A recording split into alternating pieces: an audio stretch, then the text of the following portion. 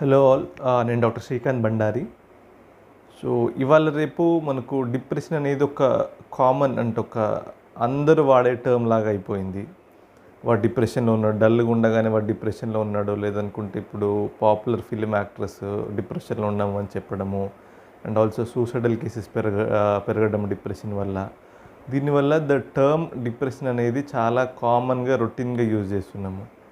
ఇవాల్టి సెషన్లో మనము డిప్రెషన్కు ఉన్న లక్షణాలు ఏంటివి, దేని డిప్రెషన్ అనొచ్చు, దేని డిప్రెషన్ అనొద్దు చూద్దాము. దానికి కావాల్సిన ట్రీట్మెంట్ ఎట్లా ఉంటుందో చూద్దాం. సో డిప్రెషన్ అనేది జనరల్గా యంగ్ ఏజ్ గ్రూప్లో వచ్చే ఒక సైకాట్రిక్ ఇల్నెస్, అంటే ఎక్స్ట్రీమ్ ఆఫ్ ఏజెస్లో కూడా రావచ్చు. బట్ టిపికల్ డిప్రెషన్ అనేది జనరల్గా 15 years to 35-40 years మధ్యలో వచ్చే ఒక సైకాట్రిక్ ఇల్నెస్. సో డిప్రెషన్లో మనకు కార్డినల్ టర్మ్ అంటే కోర్ సిమ్టమ్స్ ఏముంటాయంటే డల్ మూడ్ కానీ డిప్రెసివ్ మూడ్ కానీ, అంటే రోజంతా కూడా డల్గా ఉండడము. సో దీనిని మనము వేరే ఒక సైకాట్రిక్ ఇల్నెసెస్ అంటే అడ్జస్ట్మెంట్ రియాక్షన్, గ్రీఫ్ రియాక్షన్ అంటాము. సో వాటిల్లో ఏంటంటే డల్నెస్ అనేది అంత పర్సిస్టెంట్గా ఉండదు. డిప్రెషన్లో పర్వేజివ్ డల్ మూడ్ ఉంటుంది, అంటే రోజు మొత్తం డల్గానే ఉంటారు. అంటే వాళ్ళకు ఈవెన్ ఒక హ్యాపీ న్యూస్ చెప్పినా డల్గానే ఉంటారు, ఏదైనా మూవీ చూస్తున్నా, లేదంటే ఏదైనా కామెడీ మూవీ ఏదైనా జోక్ వేసినా కూడా డల్గానే ఉంటారు. సో అదే మనము గ్రీఫ్ రియాక్షన్ లేదంటే అడ్జస్ట్మెంట్ రియాక్షన్, ఇప్పుడు సపోజ్ అడ్జస్ట్మెంట్ రియాక్షన్ అంటే సపోజ్ ఇప్పుడు ఎవరైనా ఎగ్జామ్లో ఫెయిల్ అయినారు అనుకోండి, వాళ్ళకు కూడా డల్ మూడ్ ఉండడం అనేది నార్మల్. కానీ దానిని డిప్రెషన్ అని మనము కేటగరైజ్ చేయలేము, ఎందుకంటే దాంట్లో ఉండే డల్ మూడు ఆ ఎగ్జామ్ సంబంధించిన వరకే డల్ మూడ్ ఉంటుంది. మిగతా టైంలో అంటే ఇప్పుడు ఫ్రెండ్స్తో బయటకు వెళ్ళడం, లేదనుకుంటే సినిమా చూసినప్పుడు నవ్వడము, ఇవన్నీ నార్మల్గానే ఉంటాయి. అంటే దాంట్లో పర్వేజివ్ ఉండదు. ఇప్పుడు ఎవరన్నా చనిపోయినప్పుడు కూడా డల్ మూడ్ అనేది ఉంటుంది, దానిని మనం గ్రీఫ్ రియాక్షన్ అంటాము. దానిని మనం డిప్రెషన్ కింద కేటగరైజ్ చేయకూడదు. సో ఇది మనకు first core feature, pervasive dull mood ఉండాలి. అండ్ సెకండ్ థింగ్ ఏంటంటే లాస్ ఆఫ్ ఇంట్రెస్ట్ ఉండాలి. అంటే లాస్ ఆఫ్ ఇంట్రెస్ట్ అంటే ఏ చిన్న పనిలో కూడా మనం ఒక చెయ్యాలని ఒక కుతూహలం అనేది ఉండదు. ఏం చేస్తాంలే అంటే దాన్ని పోస్ట్పోన్ చేయడము, లేదనుకుంటే అసలు ఏ పని చేయకుండా కూర్చోవడం అనేది మనం చూస్తాం. And third core feature is fatigability, అంటే చిన్న పనులు చేయగానే ఆయాసపడము, అలసిపోవడము. అంటే ఇంతకుముందు చాలా బాగా పనిచేసిన వాళ్ళు ఇప్పుడు చిన్న ఫిజికల్ పని చేసినాకనే అలసట అనేది మెయిన్గా ఉంటుంది. ఇవి 3 కోర్ సిమ్టమ్స్ ఆఫ్ డిప్రెషన్. ఇవి అట్లీస్ట్ ఒక 2 weeks కంటిన్యూస్గా ఉండాలి. ఏదో ఒకరోజు డల్గా అయిపోగానే డిప్రెషన్ కింద కేటగరైజ్ చేసి మెడిసిన్ పెట్టడానికి ఉండదు. ఇవి అట్లీస్ట్ 2 weeks టైం పీరియడ్ కంటిన్యూస్గా ఉండాలి. సో దీంతో పాటు అడిషనల్ సిమ్టమ్స్ ఉంటాయి. అంటే అడిషనల్ సిమ్టమ్స్ ఒక కోర్ సిమ్టమ్స్తో పాటు అడిషనల్ సిమ్టమ్స్ ఉంటే దాన్ని బట్టి మనం మైల్డ్, మోడరేట్, సివియర్ కింద కేటగరైజ్ చేసుకుంటాం డిప్రెషన్ని. సో ఈ అడిషనల్ సిమ్టమ్స్ ఏంటంటే సెల్ఫ్ కాన్ఫిడెన్స్ తగ్గిపోవడము, అటెన్షన్ తగ్గడం, అంటే ఎక్కువసేపు దేనిపైన కాన్సన్ట్రేషన్ చేయలేకపోవడము, యాన్హిడోనియా అంటాం. అంటే ఇంతకుముందు ఏవైతే మనకు ప్లెజరబుల్ యాక్టివిటీస్, అంటే ఇప్పుడు సపోజ్ కొంతమందికి సినిమాలు చూడడం ఇష్టము, కొంతమందికి మూవీస్ చూడడం ఇష్టం, ఇట్లా ప్లెజరబుల్ యాక్టివిటీస్ ఏవైతే ఇంతకుముందు చేస్తున్నారో ప్రస్తుతము అట్లాంటి యాక్టివిటీస్ చేస్తే దాని నుంచి అంత వాళ్ళకి ప్లెజర్ రాదు. దానిని మనం యాన్హిడోనియా అంటాము. అండ్ ఇంకా వేరే సిమ్టమ్స్ ఏముంటాయి అంటే గిల్ట్ అంటే నేనే అంత తప్పు చేస్తున్నానేమో, లేదంటే నా వల్లనే ఇదంతా అవుతుందేమో, అంటే వాళ్ళ పైన వాళ్ళకు ఒక నెగిటివ్ ఒపీనియన్ అనేది వచ్చేస్తుంది. అండ్ ఫ్యూచర్ గురించి, అంటే నాకు ఈ సిమ్టమ్స్ తగ్గవేమో, లేదంటే ఫ్యూచర్లో కూడా నాకు ఇట్లానే ఇబ్బందులు ఉంటాయేమో, ఫ్యూచర్ అంతా డార్క్గా కనపడము, ఇట్లాంటి సిమ్టమ్స్ ఉంటాయి. మిగతా వాటికి చూసుకుంటే లాస్ ఆఫ్ అపెటైట్, అంటే ఆకలి అనేది తగ్గిపోతుంది. ఆకలి తగ్గడం వల్ల వెయిట్ లాస్ అవ్వడము, అండ్ సెక్షువల్ డిజైర్ తగ్గిపోవడము. And one more main thing is suicidal thoughts రావడము, లేదనుకుంటే సూసైడల్ అటెంప్ట్స్ చేయడం. సో ఇవన్నీ అడిషనల్ ఫీచర్స్. సో దీంట్లో ఉన్న నంబర్ ఆఫ్ సిమ్టమ్స్ బట్టి మనము డిప్రెషన్ని మైల్డ్, మోడరేట్, సివియర్ కింద కేటగరైజ్ చేసుకుంటాం. And one more thing is atypical depression అంటే వీళ్ళల్లో క్లియర్ కట్ డిప్రెసివ్ సిమ్టమ్స్ ఉండవు. అంటే ఇప్పుడు డల్ మూడ్ ప్లేస్లో అగ్రెసివ్ మూడు, ఇరిటబుల్ మూడు, అంటే వాళ్ళకు లోపల డల్గా ఉన్నా కూడా వాళ్ళు దానికి కంప్లీట్గా బయటపడరు దాని నుంచి. సో దానిని డిఫరెంట్ ఎమోషన్స్తోని అది మనకు సర్ఫేస్ అవుట్ అవుతూ ఉంటుంది. కోపంగా ఉండడము, ఎక్కువసేపు నిద్రపోవడము, లేదనుకుంటే ఇంకా ఏదైనా సెక్షువాలిటీ పెరగడము, ఇట్లాంటి సిమ్టమ్స్ లాగా మనకు డిప్రెషన్ అనేది బయటపడుతూ ఉంటుంది. దీనిని మనం జనరల్గా ఎటిపికల్ డిప్రెషన్ అంటాం. So coming to the etiology part, అసలు డిప్రెషన్ ఎందుకు వస్తుంది? ఇది చాలామంది అడిగే క్వశ్చన్. డిప్రెషన్ రావడానికి బోత్ జెనెటిక్ అంటే ఎండోజీనస్, ఎక్సోజీనస్ కాజెస్ ఉంటాయి. మన బాడీలో కాజెస్ చూసుకుంటే జెనెటిక్గా అంటే కొంతమందికి ఫెమిలియల్ హిస్టరీ ఉంటుంది. వీళ్ళకి అసలు బయట ఏ కారణం ఉండదు, అన్నీ బాగానే ఉంటాయి లైఫ్లో, but still they feel depressed. ఇది జెనెటిక్ వల్ల వచ్చే కాజెస్. కొంతమందికి అంటే థైరాయిడ్ ప్రాబ్లం వల్ల డిప్రెషన్ రావచ్చు, కొంతమందికి డయాబెటీస్, హైపర్ టెన్షన్ ఉండడం వల్ల, కొంతమంది క్యాన్సర్ పేషెంట్స్, కొంతమంది కొన్ని రకాల మెడిసిన్స్ వాడడం వల్ల కూడా డిప్రెషన్ వచ్చే ఛాన్సెస్ ఉంటాయి. ఎక్సోజినస్ కారణాలు చూసుకుంటే అంటే బయట ఉండే కారణాలు చూసుకుంటే క్రానిక్ స్ట్రెస్, ఏదైనా కూడా క్రానిక్ స్ట్రెస్ ఉండడము, లేదనుకుంటే ఫ్యామిలీ ఇష్యూస్ ఉండడము క్రానిక్గా, లేదనుకుంటే ఫైనాన్షియల్ ఇష్యూస్. ఇప్పుడు మామూలుగా ఫార్మర్ సూసైడ్లో చూసుకుంటే ఫైనాన్షియల్ ఇష్యూస్ మెయిన్, అక్కడి నుంచి డిప్రెషన్లోకి పోయి అక్కడి నుంచి సూసైడ్లోకి వెళ్తూ ఉంటారు. సో ఇట్లా బయట నుంచి వచ్చే కారణాల వల్ల వచ్చేదాన్ని ఎక్సోజినస్ డిప్రెషన్ అంటాము.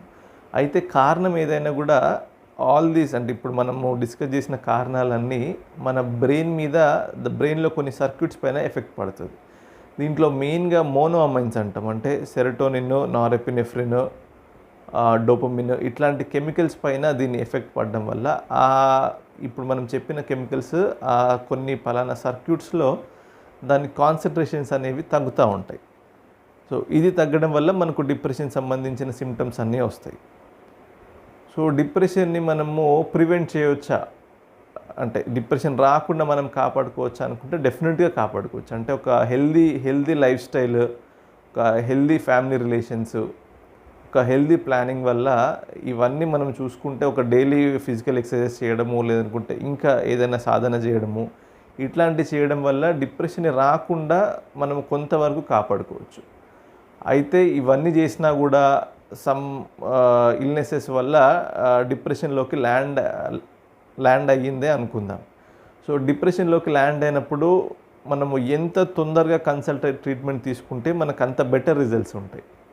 సో ఇప్పుడు డిప్రెషన్ని మనం ట్రీట్ చేయకుండా వదిలేస్తే ఏమవుతుందంటే ఆ డిప్రెషన్ క్రానిక్ డిప్రెషన్ అయిపోయి ఆ సివియర్ డిప్రెషన్లో సైకోటిక్ సిమ్టమ్స్ డెవలప్ అయ్యే ఛాన్సెస్ ఉంటుంది. అంటే సైకోటిక్ సిమ్టమ్స్ అంటే హాలుసినేషన్స్, అంటే మనల్ని ఎవరో పిలిచినట్టు వినపడము, లేదంటే వేరే వాళ్ళు ఎవరో కనబడము, లేదనుకుంటే అసలు నీ జీవితం వేస్ట్, అంటే బయట నుంచి మనకు ఎవరో మాట్లాడుతున్నట్టు వినపడుతూ ఉంటుంది, నీ జీవితం వేస్ట్, సూసైడ్ చేసుకో, చనిపో అని ఇట్లాంటివి. మనం కొన్ని మూవీస్లో కూడా చూస్తూ ఉన్నాం ఈ మధ్యలో. సో ఆ వాయిసెస్ అనేటివి మనకు చెప్తూ ఉంటాయి, నీ జీవితం వేస్ట్, నువ్వు చనిపో ఇప్పుడు. సో కొంతమంది పేషెంట్స్ అంటే ఆ హాలుసినేషన్స్ చెప్పినవి పాటించడం వల్ల చనిపోయిన ఇన్స్టెన్సెస్ కూడా మనం చూస్తున్నాం. అండ్ కొన్ని స్టేజెస్లో డెల్యూజన్స్ కూడా వచ్చే ఛాన్సెస్ ఉంటాయి. డెల్యూజన్స్ అంటే ఫాల్స్ ఫిక్స్డ్ బిలీఫ్స్ ఉంటాయి. అంటే నన్ను ఎవరో పర్సిక్యూట్ చేస్తున్నారు, నన్ను ఎవరో ఫాలో అవుతున్నారు, లేదనుకుంటే నా జీవితం వేస్ట్, నా వల్లనే ఇవన్నీ జరుగుతూ ఉన్నాయి. ఇట్లాంటి ఒక క్రానిక్ సివియర్ డిప్రెషన్ వలన సైకోటిక్ సిమ్టమ్స్ వచ్చే ఛాన్సెస్ చాలా ఎక్కువగా ఉంటాయి. అండ్ ఈవెన్ డిప్రెషన్ ట్రీట్మెంట్ చేయకపోతే అది కొద్ది రోజులకి రెసిస్టెంట్ ఫామ్ లాగా మారే ఛాన్స్ ఉంటుంది. అంటే చాలా హయ్యర్ డోసేజ్ ఆఫ్ డ్రగ్స్కి మనం పోవాల్సి వస్తుంది, లేదనుకుంటే మల్టిపుల్ డ్రగ్స్ యూజ్ చేయాల్సి వస్తుంది. సో ఇవన్నీ మనకు రెసిస్టెంట్ డిప్రెషన్లో చూస్తాం. సో ఇవన్నిటి నుంచి మనం కాపాడుకోవాలనుకుంటే ఆ స్టిగ్మా లేకుండా, ఇప్పుడు సపోజ్ డిప్రెషన్ వస్తే దాన్ని మనం ఫస్ట్ యాక్సెప్ట్ చేయాలి. ఇప్పుడు మనం చెప్పిన కార్డినల్ సిమ్టమ్స్ ఏవైతే ఉన్నాయో అవి ఉంటే వెంటనే ఒక సైకియాట్రిస్ట్ని కన్సల్ట్ అవ్వడం ఈజ్ వెరీ ఇంపార్టెంట్. ఇది ఏదో అంటే depression can effect anyone at any age. అంటే ఇప్పుడు సపోజ్ దీపికా పడుకోనే కూడా డిప్రెషన్లోకి వెళ్ళొచ్చిన అని చెప్పింది. ఇప్పుడు ఆమెకు ఫైనాన్షియల్ ప్రాబ్లమ్స్ ఏం లేవు, బయట ఇష్యూస్ ఏం లేవు, సక్సెస్ఫుల్ కెరీర్, ఇవన్నీ ఉన్నంత మాత్రాన డిప్రెషన్ రావద్దు అని కాదు. So no one is immune to depression. ఎవరికైనా డిప్రెషన్ రావచ్చు. అయితే ఈ సిమ్టమ్స్ ఉన్నప్పుడు మనకు డిప్రెషన్ వచ్చిందని యాక్సెప్ట్ చేయడం ఈజ్ ద ఫస్ట్ థింగ్. మనం యాక్సెప్ట్ చేసి ట్రీట్మెంట్ తీసుకుంటే చాలా సులువుగా దీంట్లోంచి మనం బయటికి రావచ్చు. So coming to the treatment modalities ఏముంటాయి. అయితే ఇప్పుడు ముందు చెప్పిన విధంగా దీన్ని మైల్డ్, మోడరేట్, సివియర్గా మనం కేటగరైజ్ చేసుకుంటాం. ఇన్ కేసెస్ ఆఫ్ మైల్డ్ డిప్రెషన్లో ఏంటంటే మనం జనరల్గా without medicines small kind of counselling కానీ లేదనుకుంటే సైకోథెరపీ కానీ వితౌట్ మెడికేషన్ మనం దీన్ని ట్రీట్మెంట్ ఇవ్వచ్చు. Coming to the next thing, moderate and severe కేసెస్లో మట్టుకు కంపల్సరీ మెడికేషన్తో పాటు సైకోథెరపీ ఆర్ కౌన్సిలింగ్ సెషన్స్కి అటెండ్ అవ్వాల్సి వస్తుంది. సో ఎట్లాంటి రకాల మెడిసిన్స్ పెడతాము, ఎన్ని రోజులు మెడికేషన్ వాడుకోవాలనేది చూద్దాం. సో జనరల్గా ఫస్ట్ లైన్ ఆఫ్ డ్రగ్స్ ఏంటంటే SSRIs అంటాం. అంటే మన బ్రెయిన్లో సెరోటోనిన్ తగ్గడం వల్ల డిప్రెషన్ వచ్చినప్పుడు మన బ్రెయిన్లో మళ్ళీ మనం సెరోటోనిన్ పెంచుతాం. దానికి సెలెక్టివ్ సెరోటోనిన్ రీఅప్టేక్ ఇన్హిబిటర్స్ అని ఒక క్లాస్ ఆఫ్ డ్రగ్స్ పెడతాం. సో మనం ఈ క్లాసెస్ ఆఫ్ డ్రగ్స్ చూసుకుంటే చాలా రకాలు ఉంటాయి. అంటే tricyclic anti depressants, SSRI, SNRI, ఇంకా ఇప్పుడు కొత్తగా వచ్చిన సంథింగ్ లైక్ మిర్టాజెపిన్, ఇట్లాంటి చాలా రకాల డ్రగ్స్ ఉంటాయి. సో దీంట్లో మన ఒక పేషెంట్ ప్రొఫైల్ బట్టి, అంటే మనకున్న డిప్రెసివ్ సిమ్టమ్స్, మన ఏజ్, మన బాడీ వెయిట్, మనకున్న ఇతర కోమార్బిడిటీస్, థైరాయిడ్ ఉందా, ఏముంది, ఇట్లాంటివి చూసి ది బెస్ట్ డ్రగ్, అంటే మనకు సూట్ అయ్యే డ్రగ్ ఏంటో మేము జనరల్గా ప్రిస్క్రైబ్ చేస్తూ ఉంటాం. సో ఈ స్టార్టింగ్ పీరియడ్లో కొద్ది రోజులు నిద్రకి లేదనుకుంటే ఇంకా యాంగ్జైటీ సిమ్టమ్స్ ఉంటే అవి కొంచెం తగ్గటానికి దానికి సంబంధించిన డ్రగ్స్ కూడా పెట్టాల్సి వస్తుంది. అయితే జనరల్గా ఈ డిప్రెషన్ అనేది ఆ డ్రగ్ యాక్ట్ చేయడానికి అట్లీస్ట్ ఒక 10 to 15 days అనేది టైం పడుతుంది. సో మనకు ఆ బ్రెయిన్లో సెరోటోనిన్ కాన్సన్ట్రేషన్స్ పెంచి అది మన మూడ్ పైన రిఫ్లెక్ట్ అవ్వటానికి 15 days is the time period. So ఈ 15 daysలోనే మనకి ఇంప్రూవ్మెంట్ రావాలనుకుంటే కష్టము. ఈ 10-15 days దాటిన తర్వాత స్లోగా ఇంప్రూవ్మెంట్ అనేది స్టార్ట్ అవుతుంది. సో ఇంప్రూవ్మెంట్ అనేది జనరల్గా 1 monthలో ఆల్మోస్ట్ ప్రీమార్బిడ్ లెవెల్కి రీచ్ అవుతాం. సో ఎన్ని రోజులు మెడికేషన్ వాడాలి, సైడ్ ఎఫెక్ట్స్ ఉంటాయా ఈ డ్రగ్స్కి అంటే డెఫినెట్గా సైడ్ ఎఫెక్ట్స్ అయితే ఉంటాయి. సో దీనిని మనము మన ట్రీటింగ్ డాక్టర్తోని కన్సల్ట్ అయ్యి పలానా డ్రగ్కి పలానా సైడ్ ఎఫెక్ట్ వస్తుందని చెప్తే ఆ డ్రగ్ని మాడిఫై చేయడం, అంటే డోసేజ్ని మాడిఫై చేయడము, లేదనుకుంటే ఆల్ టుగెదర్ డ్రగ్ని మార్చడము, ఇట్లాంటి చాలా వరకు మనకు ఆల్టర్నేటివ్ ఆప్షన్స్ ఉంటాయి.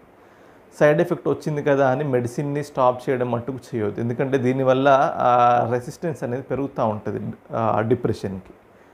సో ఎన్ని రోజులు మందులు వాడుకోవాలి, అట్లీస్ట్ అంటే ఫస్ట్ ఎపిసోడ్ వచ్చినాక అట్లీస్ట్ ఒక 6 months to 1 year time period అన్నా మనకు మొత్తం సిమ్టమ్స్ తగ్గినాక మెడికేషన్ వాడుకుంటే మనం అనుకున్న న్యూరల్ సర్క్యూట్స్ ఏవైతే ఉన్నాయో అవి చాలా వరకు స్టెబిలైజ్ అయిపోతాయి.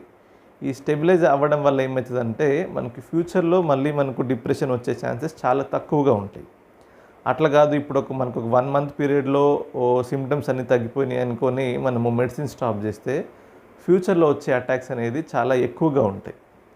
సో మెడికేషన్తో పాటు న్యాచురల్ వేస్ ఆఫ్ కమింగ్, అంటే natural ways of increasing our serotonin levels ఏంటంటే ఒకటి ఫుడ్ ఇంటేక్లో చాలా వరకు స్ట్రిక్ట్గా ఉండాలి.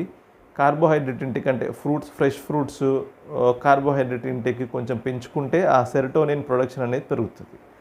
సో ఇవి మెయిన్గా మనకు బనానాస్లో చాలా ఎక్కువ సెరోటోనిన్ ఉంటుంది. దాంట్లో సెరోటోనిన్ కంటైనింగ్ ఫుడ్స్ తీసుకోవడం వల్ల చాలా వరకు న్యాచురల్గా మనం దాంట్లోంచి బయటపడవచ్చు. And one more thing is yoga కానీ, మెడిటేషన్ కానీ, ప్రాణాయామ కానీ చేయడం వల్ల బ్రెయిన్లో న్యాచురల్గానే మనం సెరోటోనిన్ని కొంతవరకు మనము ఇంప్రూవ్ చేసుకోవచ్చు. దీనికి సంబంధించి చాలా వరకు స్టడీస్ కూడా పబ్లిష్ అవుతూ ఉన్నాయి. యోగా వల్ల సెరోటోనిన్ ఎట్లా మనకు పెరుగుతుంది, ఆ బ్రెయిన్లో సర్క్యూట్స్ ఎట్లా స్టెబిలైజ్ అవుతున్నాయని. అయితే ఇవి ఈ natural ways milder form of డిప్రెషన్కి చాలా బాగా పనిచేస్తాయి. అట్లా కాకుండా మోడరేట్ కానీ సివియర్గా కానీ ఉండే డిప్రెషన్కి ఈ మనం చెప్పిన న్యాచురల్ వేస్తో పాటు మెడికేషన్ తీసుకుంటే మనం దాని నుంచి తొందరగా బయటపడడానికి ఆస్కారం ఉంటుంది. ఇంకా కూడా ఇంకేమైనా దీని గురించి డౌట్స్ ఉంటే కామెంట్ బాక్స్లో కామెంట్ చేయండి. Thank you for listening.